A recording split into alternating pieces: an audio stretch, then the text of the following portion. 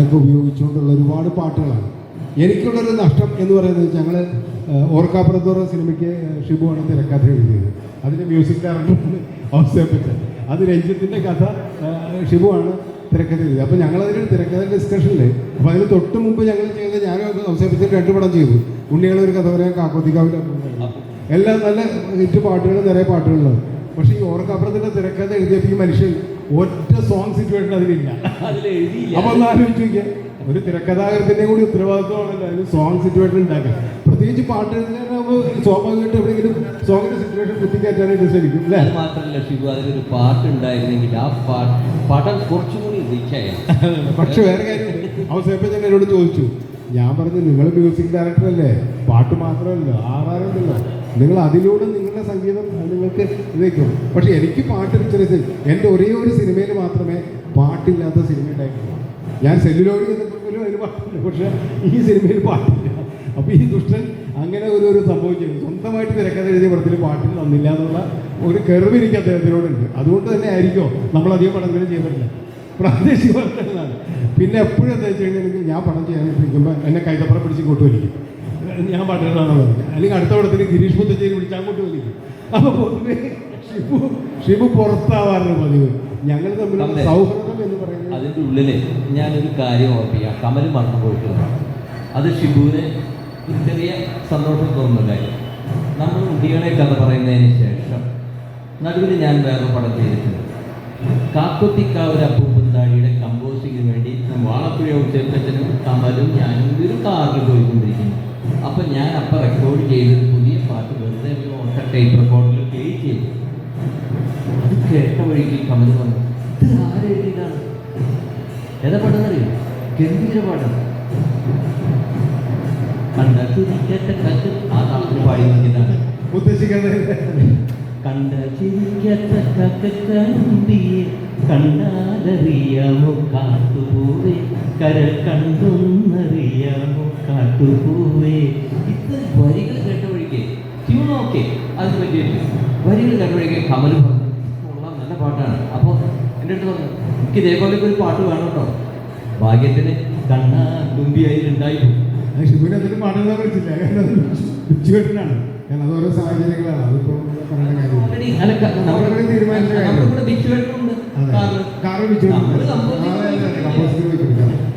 അതാണ്. പക്ഷെ എനിക്ക് വളരെ ഇഷ്ടപ്പെട്ട പാട്ടാണ്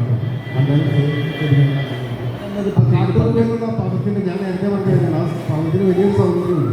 നമ്മൾ വയലൂർ സാറിനെ വയലാറിനൊക്കെ ഓർമ്മ അല്ലെങ്കിൽ ഭാസ്കര ഭാഷയൊക്കെ ഓർമ്മ വരുന്ന ചില ബിംബങ്ങളാണ് ഞാൻ ആദ്യം പറഞ്ഞത്. അങ്ങനെ ഒരുപാട് ഉപയോഗിച്ചിട്ടുള്ള ഒരാളാണ് ഷിബു. പക്ഷേ ആ രീതിയിൽ ഷിബുവിനെ അടയാളപ്പെടുത്തിയിട്ടുണ്ടോ എന്ന് ചോദിച്ചാൽ ഇല്ല എന്നുള്ളതാണ് സത്യം. അത് എന്തുകൊണ്ടാണെന്ന് നമുക്കറിയില്ല. ചിലപ്പോൾ അങ്ങനെയാണല്ലോ. ഈ വൈകി വന്ന വസന്തമാണ് ആ കാര്യത്തിൽ ഷിബുവിന് ഇപ്പം കിട്ടുന്ന ജനങ്ങൾ വേണ്ടി അദ്ദേഹത്തിൻ്റെ പാട്ടുകൾ കേൾക്കുന്നതാണ്. അത് തന്നെയാണ് അതിൻ്റെ കാര്യം. ഇപ്പം നമ്മൾ ഈ പറഞ്ഞൊരു ചർച്ചയിൽ ഒരു പ്രസംഗമില്ലാത്തതുകൊണ്ട് തന്നെ ഞാൻ ദീർഘിപ്പിക്കുന്നില്ല. ഒരു പാട്ട് എനിക്ക് ഇഷ്ടപ്പെട്ട പാട്ട് പറഞ്ഞത് തുളസി തറയിൽ തിരിച്ച് എന്ന് പറയുന്ന പ്രാദേശിക അതന്നെ എനിക്ക് പറയാൻ പറ്റും. അതിനു മുമ്പ് അങ്ങനെ ഒരു സങ്കല്പത്തിന് ആവശ്യമില്ല. ഡൽഹി ബഹുത് ദൂർ ഹേ, ഇനിയും ഒരുപാട് സഞ്ചരിക്കാൻ. ഇനി നമ്മൾ രണ്ടുപേരും കൂടി കമലിന് വേണ്ടി പാട്ട് പാടാൻ അവസരം വരില്ല എന്ന് ആരും കണ്ടു. അല്ല, അത് വളരെ സ്ട്രാറ്റജിക്കലായിട്ടുള്ള ഒരു മൂവാണ്. അതിന് കൈയടിക്കണം.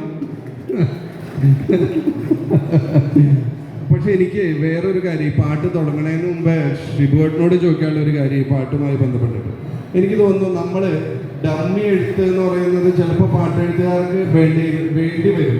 ഇപ്പോൾ മ്യൂസിക് ഡയറക്ടേഴ്സ് തന്നെയാണ് പലരും ഡമ്മി എഴുതുന്നത് എന്നുള്ളത് കൊണ്ട് അധികം വേണ്ടി വരുന്നില്ല. ചിലപ്പോൾ പാട്ടെഴുത്തുകാർക്ക് അത് വേണ്ടി വരാറുണ്ട്.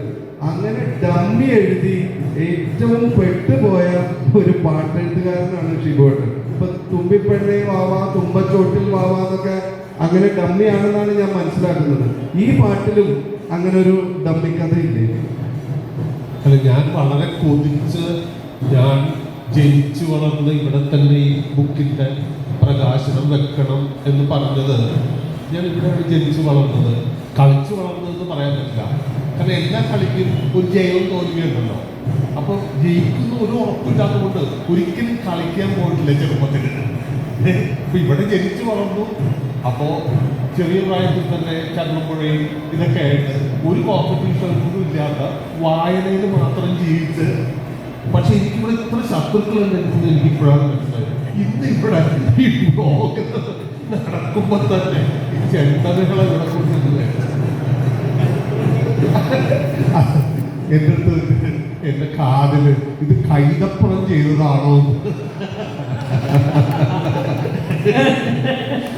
സ്പോൺസേഡ് ബൈ മറ്റേ വേറെ ചില പാട്ടെഴുത്തുകാർ ഇവിടെ ഉണ്ട് ഞങ്ങളുടെ രചനാ ഗ്രൂപ്പിലുള്ള, പക്ഷെ അവരൊന്നും ഒരിക്കലും അത് ചെയ്യില്ല.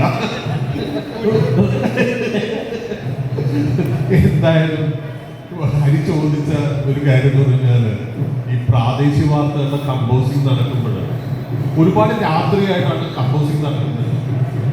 അപ്പോ ജോൺസൺ ട്യൂൺ ഇട്ട് കഴിയുമ്പോൾ അന്നെല്ലാം ഒരു രീതി ഉണ്ടായിരുന്നു. ട്യൂൺ ഇടുമ്പോൾ തന്നെ എല്ലാവർക്കും മനസ്സിലാകാൻ, പ്രത്യേകിച്ച് ഈ പ്രൊഡ്യൂസേഴ്സ് ഒന്നും ഒരു പാട്ടിന്റെ ട്യൂൺ കേട്ടിട്ട് അത് നല്ലതാണോ എന്ന് പറയാൻ പറ്റണമെന്നില്ല. ഡയറക്ടേഴ്സിന് പിന്നെയും കുറെ ഇതാവും, കാരണം അവർ പാട്ടുണ്ടാക്കാൻ പല പടങ്ങൾക്ക് ഇരുന്നിട്ടുള്ളതുകൊണ്ട്.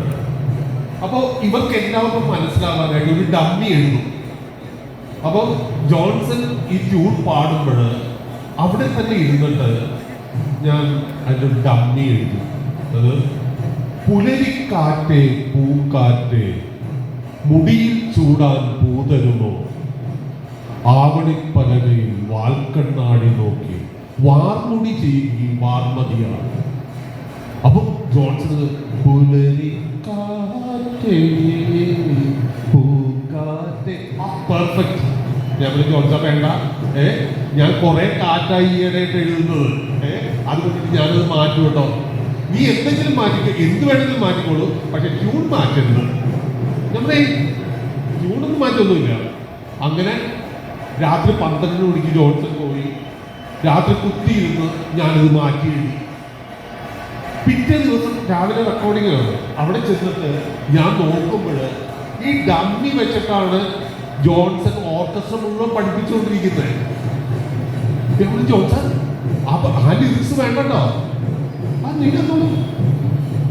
ജോൺസൺ ഈ ലിറിക്സ് ഇങ്ങനെ എടുത്തുകൊണ്ട് തുളസി തറയിൽ തിരിവെച്ച് തിരുനെറ്റിയിലൊരു കുറി. എന്തോന്നാണ് ഇത്? അത് ഞാൻ ഇന്നലെ രാത്രി പുലരിക്കാറ്റേ പൂക്കാറ്റേ ഇങ്ങനെ വരണ്ടോടുത്ത് തുളസി തറയിൽ തിരിവെച്ച്. ഇതെന്തോന്നാണ്? ഇതെങ്ങനെ പാടും? ഇതാറ്റുകൊണ്ടൊന്നും പാടാൻ പറ്റില്ല. അപ്പൊ ഞാൻ പറഞ്ഞു അങ്ങനെ ഇടയ്ക്കുള്ള ഒരു കാര്യം ചെയ്യും, ട്യൂൺ മാറ്റി. ജോൺസൺ എന്റെ മോത്ത് നോക്കി ഇവര് എനിക്ക് മനസ്സിലായി ഇയാള് മുട്ടൽ ഉടക്കാൻ പോവാണ്. ഞാൻ ഇയാളുടെ കയ്യിലേക്ക് നല്ല ലിറിക്സ് ഇങ്ങനെ പിടിച്ചു വാങ്ങിച്ചിട്ട് വലിച്ചു കയറി കളഞ്ഞു. ഇതിരിക്കുന്നോണ്ടല്ലോ എന്റെ കുഴപ്പം. ഇതാണ് ഇത് നന്നായിട്ടുണ്ട്, ഇത് മതി.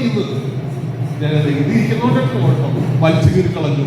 ഇതിനിടയ്ക്ക് കമല് വരുന്നു, വഴക്കാവുന്നു. പക്ഷേ അവസാനം തുളസി തറയിൽ തിരികെ ചേർന്ന് വെച്ചിട്ട് തന്നെ റെക്കോർഡ് ചെയ്തു. ആരാ പാടുന്നത്? ഇത്രയും പറഞ്ഞത് കേട്ടിട്ട് നമ്മൾ